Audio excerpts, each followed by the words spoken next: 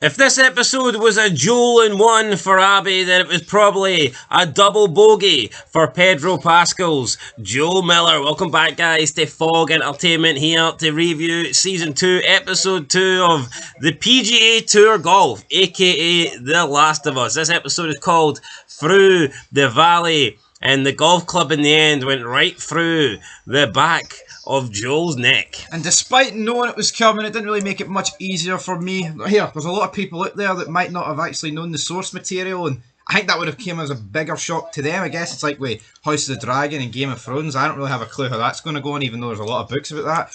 But what would you prefer, knowing this is coming? But see the people that didn't know, they're probably like, Joel's just been killed like a jobber. Yeah, it's strange. I mean, the people that obviously have played the games, or at least have heard of the games, or know about the games, will be like, expecting this. People that are going into this, that have no experience of the games, or know anything about the games, will be thinking, holy shit. And I would argue that possibly, if you don't know anything about the games, this might be the most shocking death in television history.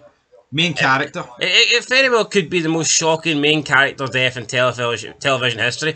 But I think the only problem is, most people probably are aware of the games. Yep. And even if you weren't aware of the games, you're aware by now. It was a 2-year build, a 2.5 year build from season 1 to season 2. The chances of you not going on the internet and not seeing an article about how Joel's time is almost up, or somebody spoiling it, or somebody saying to you, oh, you know Joel's going to die early in season 2, very unlikely. But like, that's the problem when you're doing a prequel, or you're basing a series or a movie that's on a novel or a game. If you've got source material, then how shocking can it really be? So I do feel like you've got one arm tied behind your back, and we can look at The Walking Dead, for example, and people will say, well, The Walking Dead was based on source material. I think The Walking Dead, yeah, it was based on comics, but they followed that more loosely, to the extent where when stuff happened in the show, it was still surprising, despite kind of knowing the characters and the basic story in the comics. But with this Last of Us TV series, they have been pretty loyal to the game, and they haven't followed it, you know, like word for word, scene for scene, move by move, but they have been pretty close. It's been almost a faithful adaptation. That's not me saying that they have done a great job of adapting it, but I think they've tried their best to, you know, pretty much just take the game and put it into the TV series. And I think that works if a lot of people think the games are perfect. Now, a lot of people think the first game's perfect, right? Not a lot of people think the second game's perfect. Another thing that they haven't really followed all that, you know, correctly is the races, but here, that's another story for another day. Yeah, but you know what? The first game was perfect, but the first season certainly was not. Yeah, they just did not and you know that's because they absolutely ruined it. The dialogue wasn't there, the connection wasn't there. I mean, when you think about it, the whole game it's pretty much the relationship that forms between Joel and Ellie. But when you look at the TV series, they pretty much just eliminate that entire part.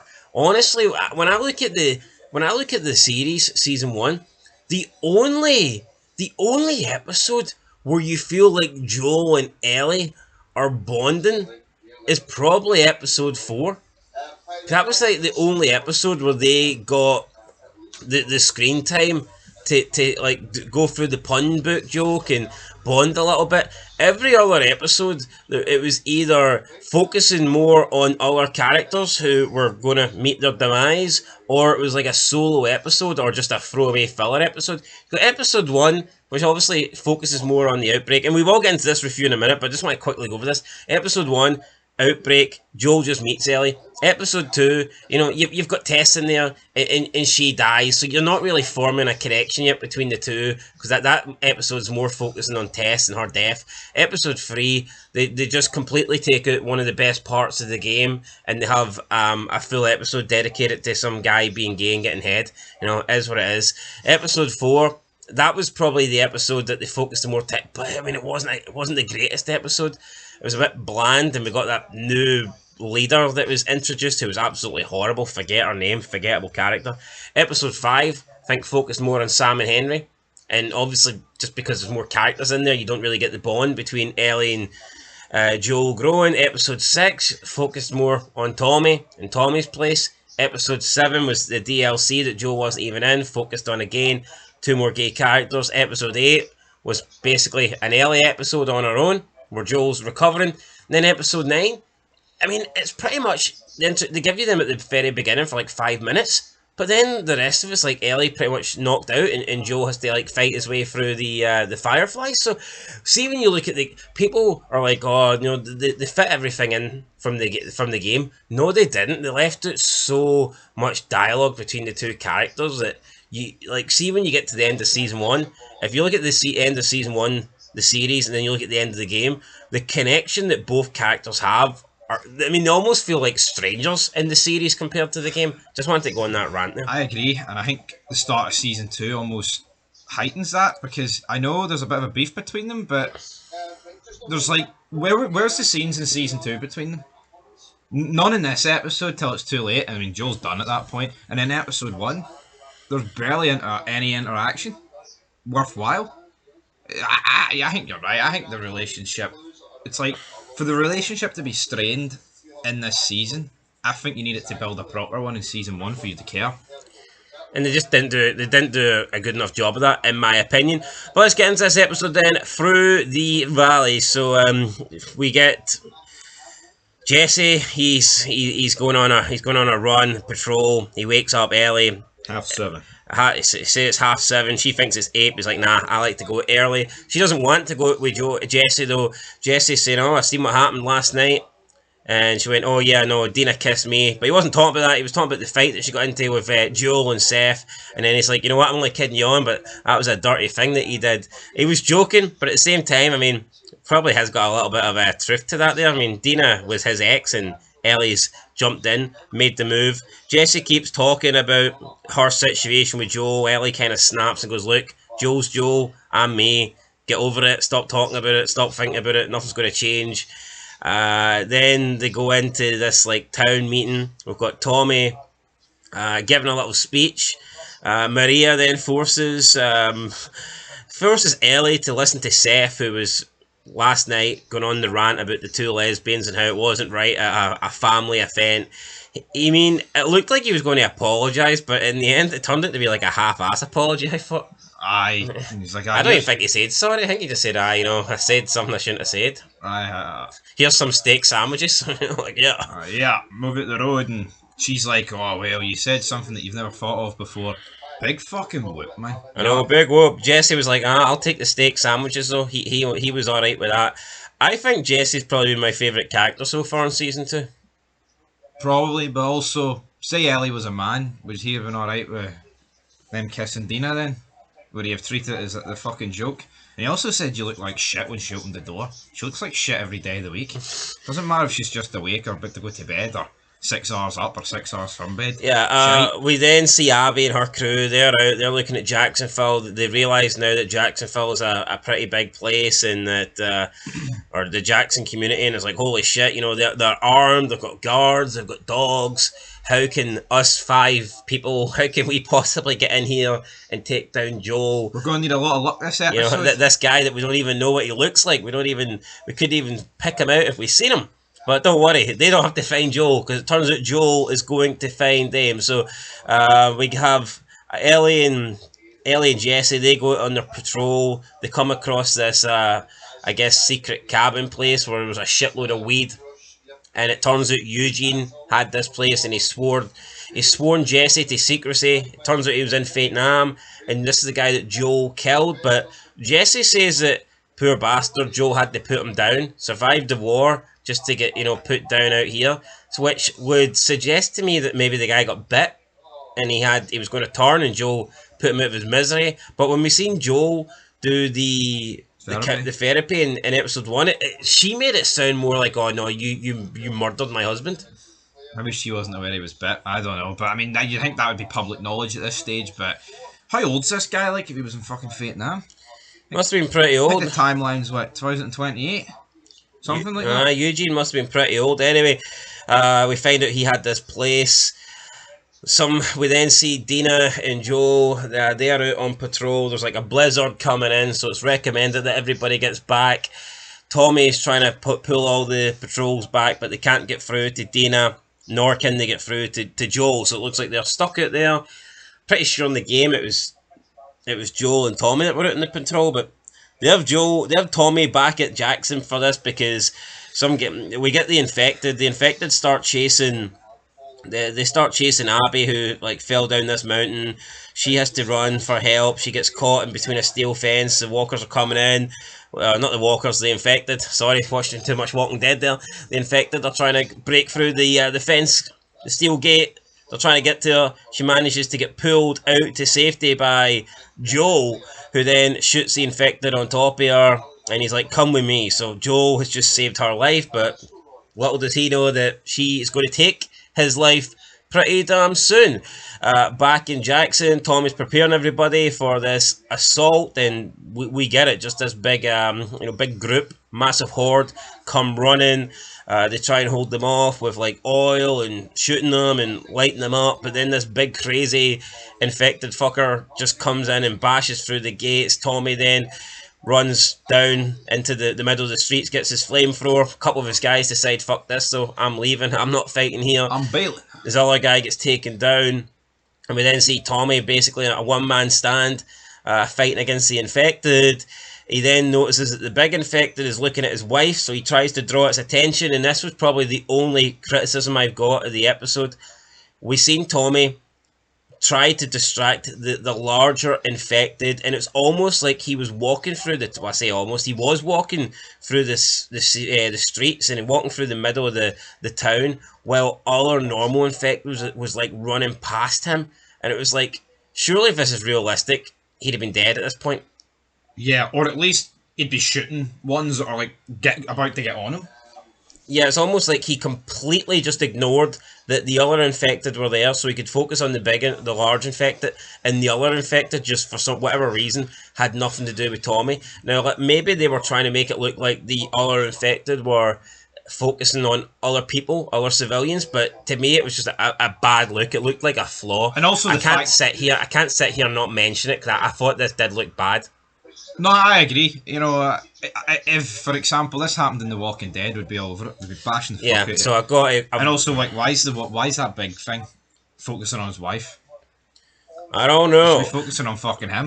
We then see the big infected give chase to Tommy. He's flamethrowing it. He's running out of juice, so he's going to run out, and eventually he does. He's gave it everything he's got. He cowers in the corner, which is I mean, some people could argue it's weak, but have you seen some big fucker thing like that try and get you? I will argue it is weak though, because it's like, he's supposed to be the leader here, right? He had a pistol on him, which he didn't even fucking bother using. I get that this thing's heavily plated, it might not have done much, but it's like, wasn't much of a last stand. He ran out of gas, sat, and carved like a fucking man. Yeah, I mean, he should have at least just sat in the corner and held his pistol up or something. See once maybe fired a couple of shots. See once he fell on his arse and he was cowering, and prior to this, you seen his wife run down the stairs. I would have bet my life that she would have ran down and killed it. I'm just glad that didn't happen, because that would have just summed it up. Anyway, the big infected walker eventually just falls over, burnt to a crisp, and dies. We then see Tommy go around and he hugs with his wife, and a lot of people have died. She let the dogs out when the patrol dogs, guard dogs, they took down some infected as well. I mean, it was a pretty good scene, other than the fact that I just didn't like that part where some of the infected just, ran past Tommy for no reason whatsoever. See that there's ways to write around that. He could be further back, and then the thing can turn and look at him and then focus on him. He doesn't need to be in the middle of it. Yeah, I mean, it was a good scene. A lot of the people get put down and they were bitten and stuff like that. So it looks like Jackson is taking a heavy loss, but the heaviest loss is still yet to come. Because Joel is then taking Abby, says, you can come back with me. He wants to go back to Jackson. He sees the place up in flames, but she's like, no, come back to this cabin. I've got a crew. We've got weapons. We've got blankets. We've got ammo. We can get stocked up here. So they go in, and Abby introduces these two. This person's Dina, and the other one is Joel. And then she mentions Joel, and her group just turn around, look at him. Joel doesn't really notice. He's too busy looking at the window. He's like, right, gather supplies, we're leaving him free. But he turns around, notices that he's held at gunpoint. They put Dina to sleep with like some sort of injection, and She had then frostbite as well. Abby then just comes up and takes a shotgun and blows Joel's kneecap. Not off like, but I mean, I wouldn't want to take a shotgun to the knee. I tell you that. No, I tell you what, no, but it's just the way every decision here for Joel. It's like Jacksonville is not an hour away. I would say on a horse at full speed, he could have got there in 5 minutes. You don't know. That's a visual. Like you're just assuming that. I mean, it's probably more than 5 minutes away. For God's sake. I know. No, I'm good with distance. I'm telling you. Right. Well, you can have your opinion, like, but it looked more than 5 minutes away, and we're not going to argue with that. Like, I mean, if I think it was more than 5 minutes away, I think Joe would have just went. Yeah, but his whole community's up in flames. His brother, his nephew, his daughter, right? And then he decides to go in here, and another thing, he's looking at the window, doesn't even fucking know these people. He's like, right, we'll leave him free. He's like, well, are they just going to fucking blindly follow Joe off the fucking edge? Yeah, Abby asked Joe, who do you think we are? He's like, looters, raiders. She's like, do we really look like that? And then he looks again, he's like, nah, you're military. Fireflies. She then says, what you did, when was the last time that you seen fireflies? Tell the truth and we'll let her live.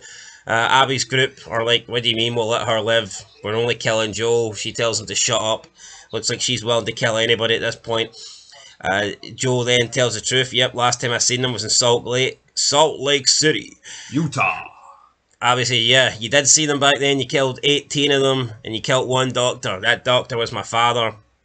Just giving us some sympathy story that, and you know what, Joel, maybe they're trying to portray Joel like a badass and just not really caring, but I think Joel should, I would have preferred if he defended his decision. Yep. I'm like, yeah, you can say I killed an unarmed doctor, but your father, a doctor, was willing to kill like a innocent 14-year-old without even giving her a say, a decision over her fucking life. And he would do it again and again. Yeah, just to maybe get a cure that wouldn't even work. So I mean, she can have a gripe with Joel killing her, her father, but her father was willing to kill some 14-year-old in the hope of a cure that was very unlikely to even happen. So they didn't even give her a choice in the matter. So there is a way for Joel to put over his point without begging. Absolutely, you know what I mean. He should not beg here, but he should be like, he could just. He said like, shut the fuck up and get on with it. But he could just say, shut the fuck up and get on with it. And for the record, your dad was a fucking bastard for what he was about to do. And what he's already done. I would have liked to have seen Joel do that, but he didn't. He just pretty much accepted his fate that he was dead. And I mean, maybe I don't like no line like I'll say hi to Helen for you, or something like that. You know what I mean? I don't know. Maybe HBO are paying this guy by the fucking word, and they're like, Joel, don't say anything. Maybe they can't afford Joel to speak. No, but it's the way it's portrayed. It's like, you killed an unarmed doctor. Yeah, was the doctor unarmed? He was. But that doesn't mean everyone that's unarmed. He had a staple, and he was aiming it at Joel. Fuck the staple. It's like if Joel puts his, if Joel puts his case across here, and not in an attempt to spare his life, but if he's like, well, this guy's doing these experiments, killing kids, and he's going to kill someone I feel is my daughter. Then Abby's group could be like, well, you know what? End of the day that is a bit sick what he's doing. You know what I mean? You can see why he done it, but the fact he just sat there in silence, like, just get on with it. Sure, I'm evil. I'm this. I'm that. Evil white man. Yeah, I'd have just liked to see Joe, stand by his decision and tell Abby how it really was, but he didn't do that. She then starts whacking him over the kneecap with like this golf club. Starts beating him up. We see Ellie closing in. She sees the horses. She runs through. Gets tackled though to the ground by one of Abby's group members. I think she slices him. Manny Pandeo slices him in the face with a knife. But then she gets taken down by Nora, who pretty much just sits on top of her and holds her arm and forces her to watch as Joel's just kind of lying there. I mean, at this point, Joel's alive, but he's not really speaking. He's not breathing. Ellie's shouting for Joel to get up, but Joel, I mean, I'm going to assume at this stage, has taken a pretty heavy beating, and the golf club, I'm assuming, has been snapped in half because it's just like, it's like a jagged end of the golf club, so probably the actual club part of it's just been snapped off, beating Joel. Yeah, No, no, absolutely, and which is fucking crazy because golf clubs shouldn't snap. no, they shouldn't snap. But this beating's been going on a long, long time. And it's like, who do you relate to more here though between Joel and Abby? It's like, No, but like you can't see if you were. We'll talk. I think we'll make a separate video on this, but like everybody's killed everybody. Everyone who dies is going to have a family member or a friend that, from their perspective, would want revenge. So like, I get it. You could argue that Joel killed her dad, but she's in the Fireflies. The Fireflies have killed people. Her dad was going to kill Ellie. Therefore, if Joel waits until her dad does the surgery on Ellie and kills her, does that mean Joel's then entitled enough to kill her dad? It's like, from that perspective, like everybody who dies has got somebody in their family or friend or group that would want to get revenge. So it's all just like a never-ending spiral out yeah, of yeah, control, it's isn't like it? it's like every fucking TV show it's ever made. Every single death, someone's got a family member that can feel aggrieved by it. But like, I mean, another thing, it's like they're asking, "Who do you think we are?" And Joel says, "Military." I look around this cabin. The word military doesn't come to fucking mind. Like when I look at this, It's just like a group of misfits, isn't no, it? no, but it's because I get it, right? It's a apocalypse. You're not blessed for guys. It's not The Rock. In 1996, Sean Connery, all those guys on fucking Alcatraz. It's not going to be proper fucking ex-military under siege. Why not? Are they not the guys that would last longer? I know, but it's not those. But in these shows, those guys seem to die in episode one. No, it's not like it's 5 copy and pastes of Tommy. We're talking like there is. It just feels forced that the word that comes out of Joel's mouth is military, because they're a fucking badge. Anyone can wear an item of clothing. Yeah, anyway, Ellie's basically pleading for Joel's life. Abby just doesn't really listen. And she like stabs him in the back of the head, neck area with the edge of the broken golf club, and that's it. Joel's dead. We then get Manny, comes over, calls him a fucking pandeco. In the game, he spits on him. Don't know if he spat on him here. I don't think he did, no. Don't think he did, just walked off. We then see Abby and her group just leave. Looks like they've completed their mission. I think Manny and some of the others, Nora, they wanted to kill Ellie, but Owen was like, nah, we came here just to take care of him. But I guess they're leaving a witness, they're leaving, but that's like, from their perspective, right, if Abby was so hell-bent on tracking down Joel for years, are you not gonna, with the same logic applied, are they not smart enough to realise Ellie's going to track us down now, and we're going to be wanted? Yeah, make no mistake about it. Ellie should get a bullet in her skull here, whether you agree with it or not. Why? It's just no. What's the point of keeping her alive here, from their perspective? It's like, yeah, they don't want. We don't want to kill innocent people. We don't want to break codes. We don't want to do this. Yeah, but I mean, from Abby's perspective, is she not? Why wouldn't she think? Hold on here. If I spent the last 5 years of my life trying to track down this Joel guy, if Joel's got any family or whatever group Joel's with, what's stopping them from spending the next 5 years trying to track down us? No, I totally agree, and I mean, I don't know if it's necessarily a flaw. I mean, again, it's like they're just copying the game step by step, and that's exactly what happens. But if you kill Ellie, do you then need to kill Dina? You know what I mean? It's like, here, if Jesse rocks up 2 minutes later, do you need to drop him? Here, do you need to kill the horses? It's like, where does the fucking line? Where's the line stop, brother? But Joel's dead. I don't know. I think the wee stab at the end of the golf club was like, fuck me, is that what takes out Joel? Yeah, I mean, in the game, it was just like it was a final big swing. In the series, they decided to end it with it was like the thinnest fucking strand of golf club I've ever seen. I know, but it's still getting impaled through your head. Like, I mean, it's going to kill you. I don't know. Was this better than one big last, Tiger Woods swing with a golf club? I think probably. It was. You think it was? To a degree, yeah, because it's like she's. I mean, I'm not. She's a woman, right? And I'm not saying Joe at his current state would be able to take a full fucking swing off her, but I feel like it's a simple stab from her makes a wee bit more sense. Like Negan, for example, in The Walking Dead, big man, fucking big swing, yes. Here, simple stab, I think almost would have done better than a full swing. Well, that's what they did do. That's what I'm saying.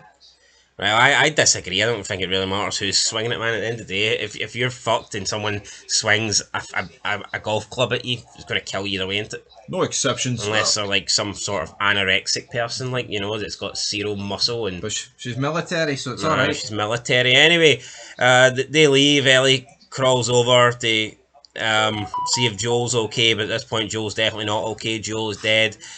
We see Tommy back in the back in Jackson. Looks really upset, and he kind of like falls into Maria's arms. Don't know if it's because he sees what's happening to Jackson here, or has he been radioed through that Joel's dead by Jesse, maybe. Not too sure about that. I would imagine, considering everything that's happened at Jackson, I don't know if anyone would have been on the radio towers, or like, I don't know if that's.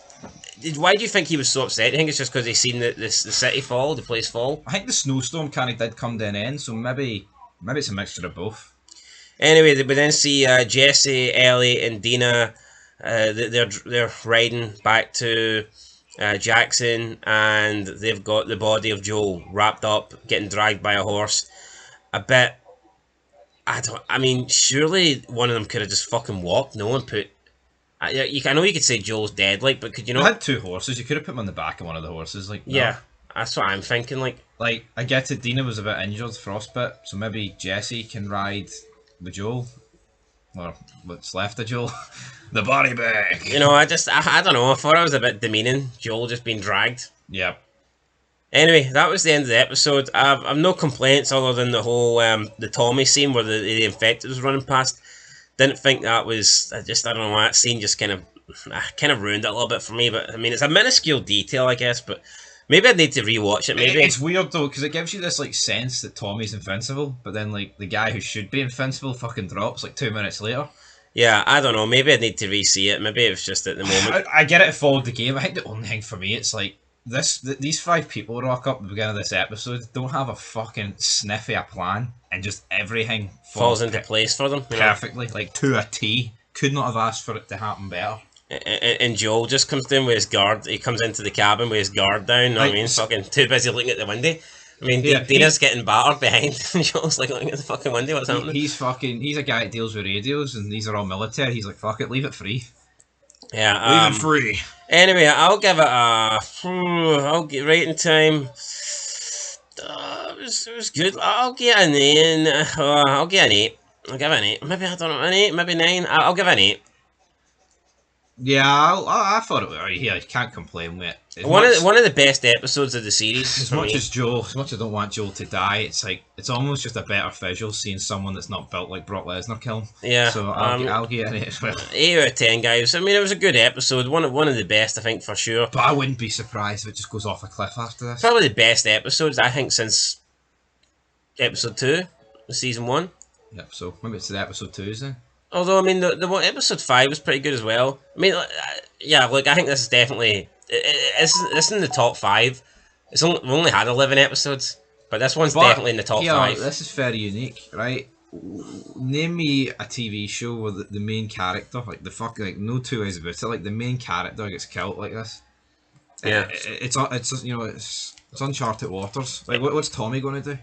Well, we'll see. Tommy's got Has he got the fucking cojones to step up to task? We'll have to wait and see. We're going to have to wait and find out. Anyway, Revenge Mission may be coming in soon. We'll break down the promo soon as well, and there'll be some theories coming out about this episode, so make sure you stay tuned for that, guys. Hit the like button, subscribe if you haven't already, and we will catch you in the next one. Until then, been Fog Entertainment. Thanks for watching, and goodbye, Joel. Peace.